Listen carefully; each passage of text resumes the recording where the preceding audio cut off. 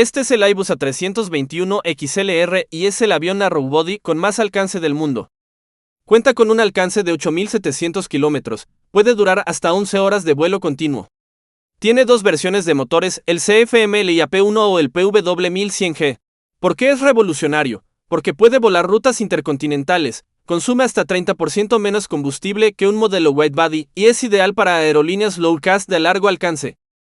Cuenta con una cabina 100% digital y usa el sistema Fly-by-wire. Posee un tanque central adicional para su rango extendido y cuenta con una capacidad máxima de 244 pasajeros. Sígueme y dale like para más fichas técnicas. ¿Cuál te gustaría ver en otro video?